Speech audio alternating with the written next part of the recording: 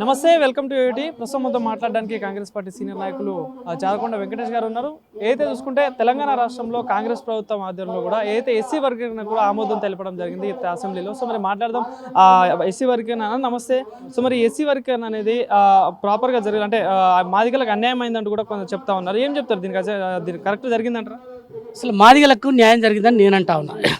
ఉమ్మడి ఆంధ్రప్రదేశ్లో 7% ఉండే, తెలంగాణలో ముఖ్యమంత్రి రేవంత్ రెడ్డి గారు అసెంబ్లీ సాక్షిగా అసలు మాదిగలకు న్యాయం చేయడం కోసం ఎన్ని ప్రయత్నాలు చేసి ఈరోజు అసెంబ్లీలో చట్టం తీసుకొచ్చారు.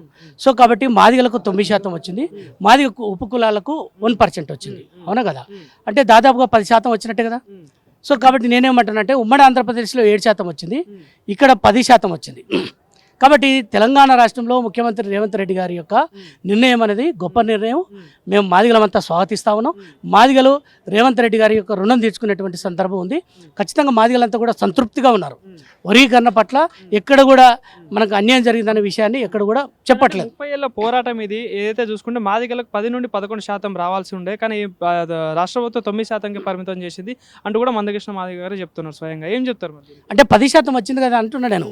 ఇప్పుడు మాదిగలను గ్రూపు 2లో పెట్టారు, మాదిగ ఉపకులాలను గ్రూప్ ఏలో పెట్టారు. అక్కడ 1% ఉంది కదా, ఇక్కడ 9% ఉంది కదా, 10% అయింది కదా.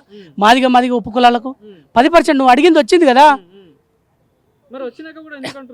అంటే నేను అనేది ఏంటంటే కృష్ణన్న సరే, కృష్ణన్న పట్ల గౌరవం ఉంది, మాకు రాష్ట్ర ప్రభుత్వానికి గౌరవం ఉంది, ముఖ్యమంత్రి గారికి గౌరవం ఉంది.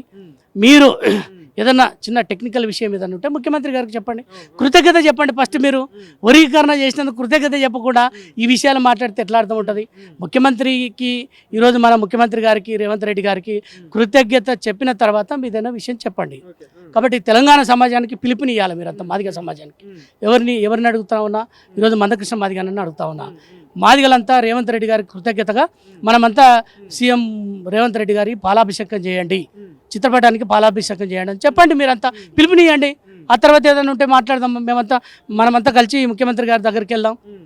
ఇప్పుడు తెలంగాణ సమాజం అంతా సోనియా గాంధీ తెలంగాణ ఇచ్చిందని చెప్పేసి ఒక భావన ఉన్నది, అది నిజం కూడా. కాబట్టి సోనియా గాంధీ రుణం ఎట్లా తీర్చుకోవాలి అని అంటే కాంగ్రెస్ అధికారంలోకి తీసుకొస్తే రుణం తీర్చుకున్నట్టు.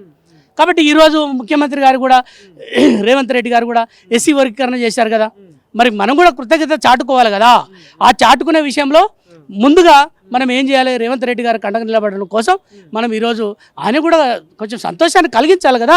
మాదిగలమంతా వర్గీకరణ చేసినందుకు 30 ఏళ్ళల్లో ఎన్నో ఆటుపోట్లు, వర్గీకరణ కొన్ని రోజులు అమలు జరిగి మళ్ళీ ఎన్నికపోయి సుప్రీంకోర్టు కొట్టేసి మళ్ళీ ఎన్నో పోరాటాలు చేసి త్యాగాలు చేసి లాఠీ దెబ్బలు తిని తూటాలు తిని ఆత్మ బలిదానాలు చేసినటువంటి ఇంత పెద్ద పోరాటాన్ని గౌరవించి ముఖ్యమంత్రి గారు ఈరోజు రేవంత్ రెడ్డి గారు బిల్లు పెడితే మనం ఈరోజు కృతజ్ఞత చాటుకోవాలి కదా అని నేను అంటున్నా. అందుకోసం మాదిగ సమాజానికి పిలుపునియండి కృష్ణన్న. వాళ్ళందరూ మనమంతా రేవంత్ అన్నకు పాలాభిషేకం చేయమని చెప్పండి. ఆ తర్వాత మిగతా విషయాలు మాట్లాడదాం. అయితే చూసుకుంటే 7వ తారీఖున రేపు ఉండవలసిన ప్రోగ్రామ్ అయితే 1,00,000 డప్పులు 1,000 గొంతుకులు అనే ప్రోగ్రామ్కి పర్మిషన్ ఎందుకు ఇవ్వలేదు? అంటే కావాలని జరుగుతుందని చెప్పేసి ఒక మాట అంటా ఉన్నారు. ఏం చెప్తారు? ఇప్పుడు వర్గీకరణ అమలైన తర్వాత ఇంకా అది ఎందుకు? అవునా కదా, కృష్ణన్న కూడా తెలుసు వర్గీకరణ అమలైంది. అమలైన తర్వాత 1,00,000 డప్పులు 1,000 గొంతులు ఎందుకు ఇక? అవునా కదా, సమాజానికి అంతా తెలుసు. ముఖ్యమంత్రి గారికి తెలియదా మాదిగలంటే ఏందో తెలియదా? అందుకోసం చెప్తా ఉన్నా కదా, 10% వచ్చింది మాదిగలకి అని నేను అంటున్నా. నువ్వు 10% అంటున్నావు కదా, 10% రావాలన్నావు కదా. గ్రూప్ ఏలో మాదిగ ఉపకులాలు ఉన్నాయి కదా, గ్రూప్ 1లో గ్రూప్ 2లో మాదిగలు ఉన్నాం కదా. మరి 10% వచ్చింది కదా, 9 అదొకటి ఎంత 10 కింద మాల ఉపకులాలు 5%, 15% వచ్చింది కదా. ఇంకేం కావాలి? అదే కృష్ణన్నకు నేను అప్పీల్ చేస్తా ఉన్నా. కృష్ణన్న అంటే మాకు బాగా గౌరవం, కులపరంగా సామాజిక పరంగా సమాజం అంతా నేను గౌరవిస్తూ ఉన్నది. ఆ గౌరవాన్ని వర్గీకరణ అయిన తర్వాత మనము అదే కృతజ్ఞత చాటుకోవాలి కదా. సమాజం అంతా మనకు అండగా నిలబడ్డది కదా, ముఖ్యమంత్రి గారు అండగా నిలబడ్డారు కదా, అది కృతజ్ఞత చాటుకోవాలి ఫస్ట్.